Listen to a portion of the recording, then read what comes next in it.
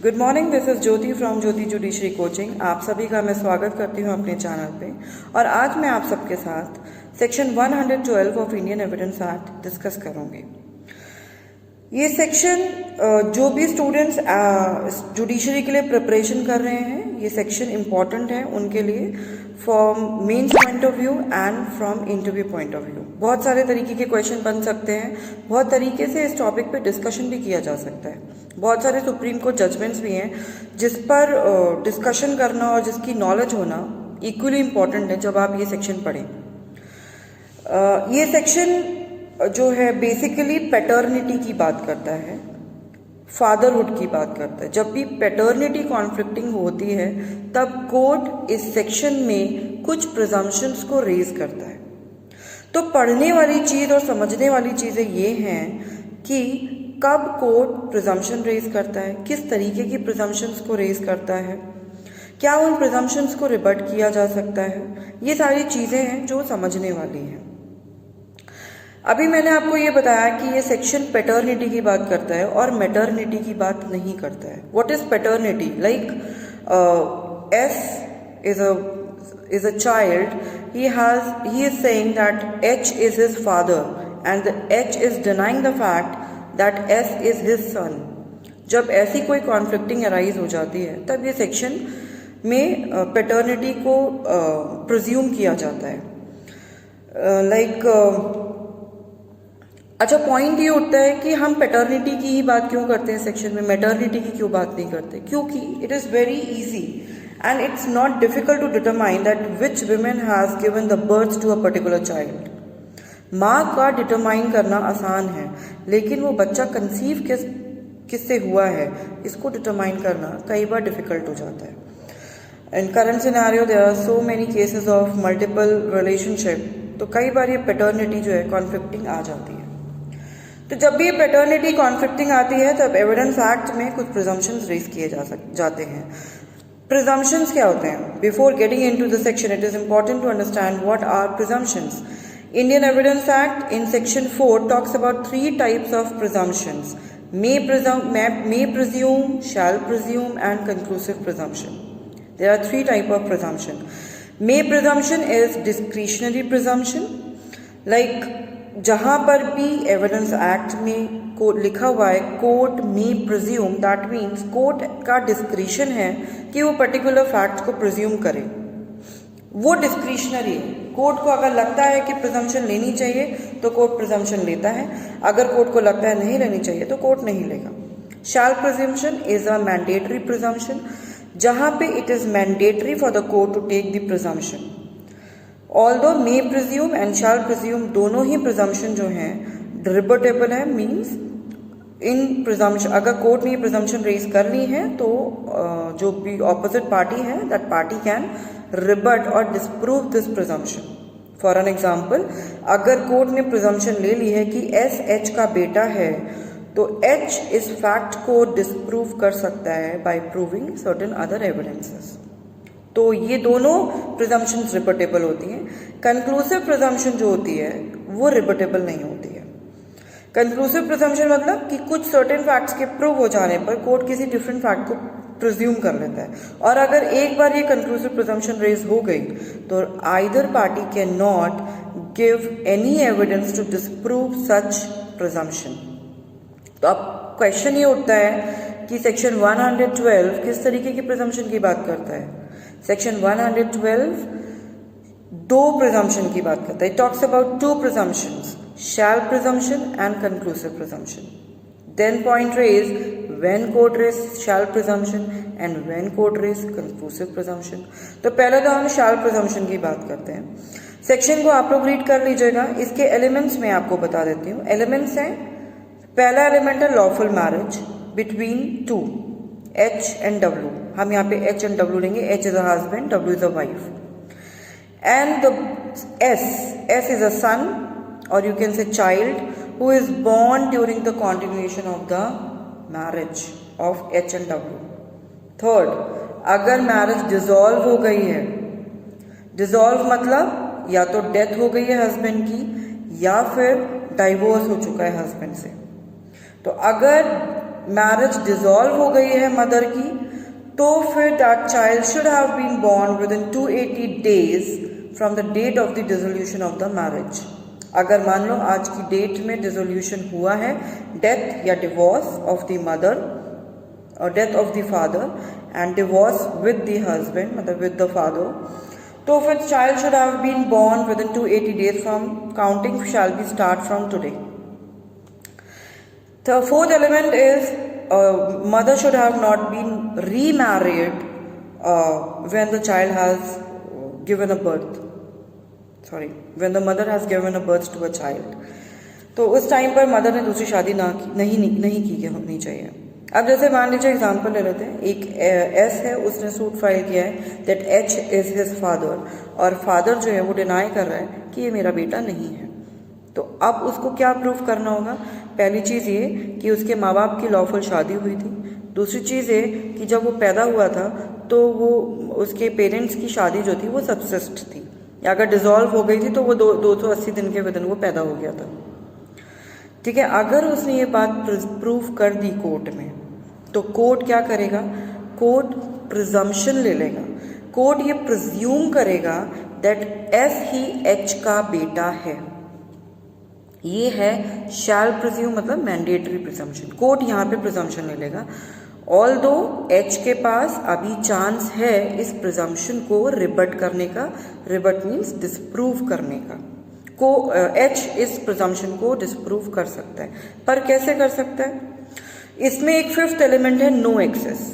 No access मतलब जब भी लाइक छोटी सी विंडो खोल दी है, कोर्ट जो है एच को एक अपॉर्चुनिटी दे रहा है यहाँ पे कि आप भाई अभी प्रूफ कर दीजिए। नो एक्सेस अगर आप प्रूफ कर देते हो तो हम अपनी प्रिजम्पशन को, मतलब वो प्रिजम्पशन जो है वो डिस्प्रूव हो जाएगी, तो फिर हम नहीं मानेंगे कि एस आपका बेटा है, एच का बेटा है। ठीक है, तो अब ये नो एक्सेस का मतलब क्या है? नो एक्सेस मतलब it is very important to understand no access doesn't mean actual cohabitation, rather opportunity to have the cohabitation। मतलब H को ये प्रूफ करना पड़ेगा जिस टाइम पर बच्चा कंसीव किया गया था। You have to go back to the time 9 months back, जिस टाइम पर बच्चे को कंसीव किया गया था उस टाइम पर H जो है W के किसी भी एक्सेस में नहीं था जिससे कि बच्चे को कंसीव किया जा सके। तो H को क्या प्रूफ करना है? H को ये प्रूफ करना है जिस टाइम पर ये बच्चा कंसीव किया गया था उस टाइम पर he has no opportunity to have sexual intercourse with his own wife. तो जब ऐसा पॉसिबल नहीं है तो कंसेप्शन भी पॉसिबल नहीं है। तो नो एक्सेस मतलब opportunity to have the cohabitation, no opportunity to have cohabitation. No access बहुत तरीके से डिस्प्रूव किया जा सकता है। For an example, husband is living in another country and wife is living in India. Like husband and wife staying together at one home, under a one roof, but still husband is severely ill, that cohabitation is not possible, or husband is impotent, like, or husband and wife met after a long time for a short period of time, but in at a public place or सारे relative के बीच में जहाँ पे cohabitation possible नहीं था। तो जब opportunity नहीं थी तो कंसेप्शन कैसे हो सकता है?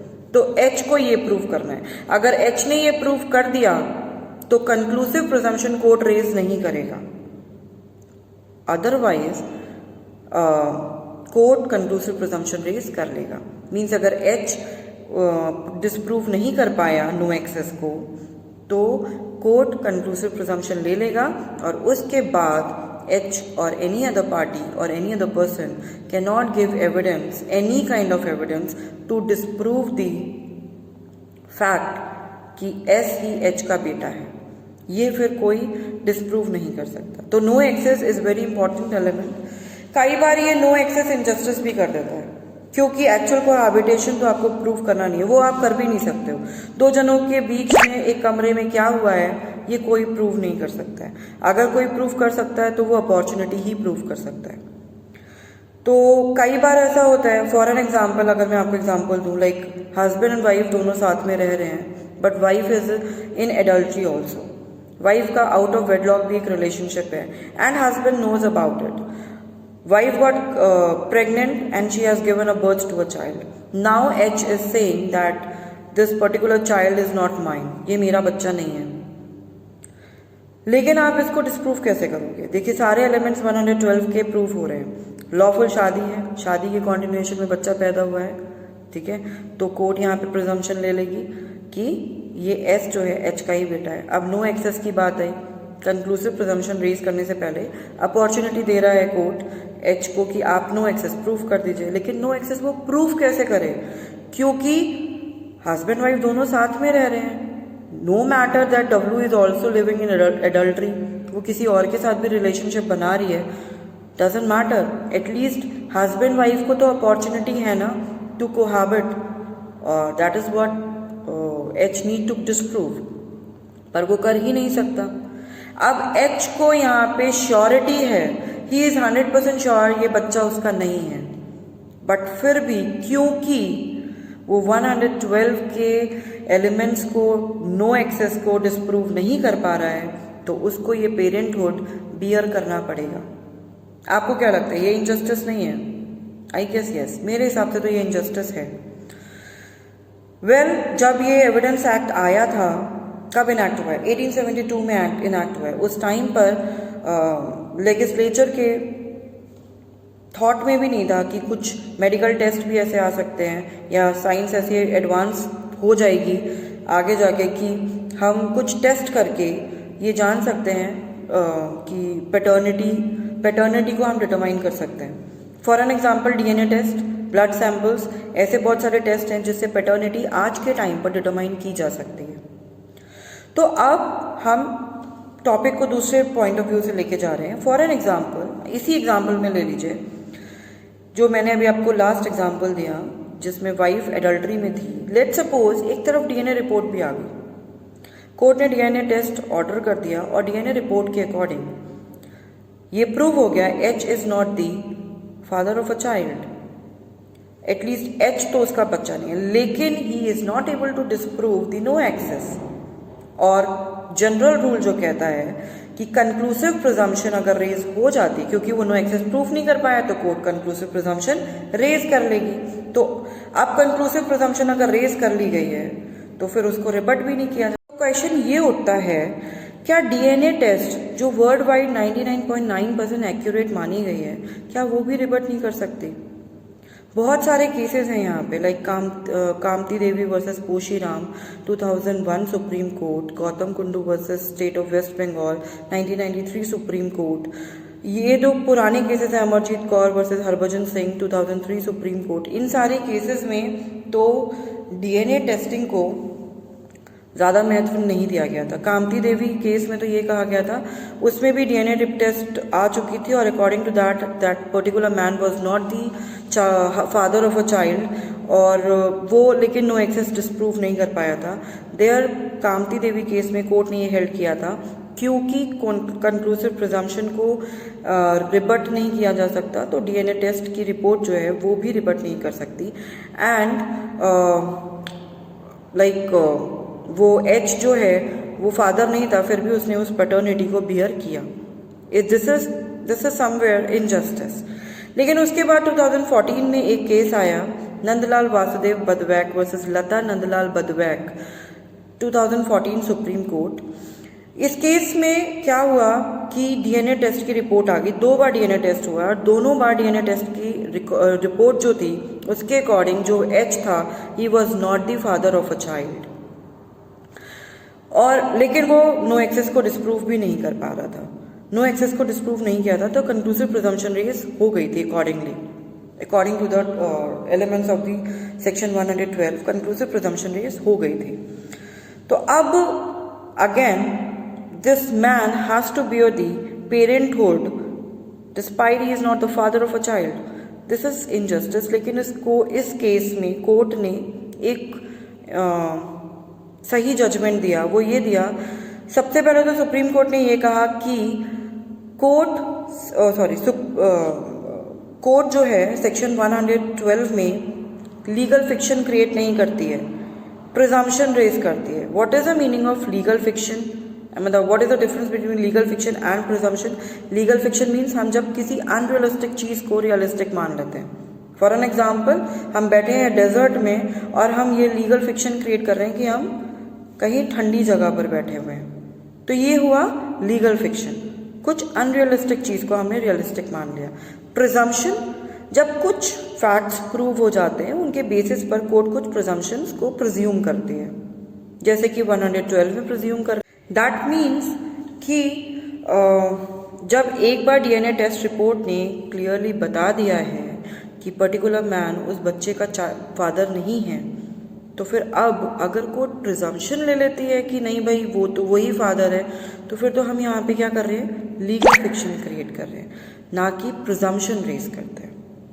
और वैसे भी कोर्ट ने ये भी हेल्ड किया कि जस्टिस तभी सर्व होता है जब ट्रुथ प्रिवेल होता है. सच्चाई जब यही है कि वो particular man is not the father of a child, तो उसके ऊपर अननेसेसरी हम पेरेंटहुड डालकर जस्टिस नहीं इनजस्टिस ही कर रहे हैं.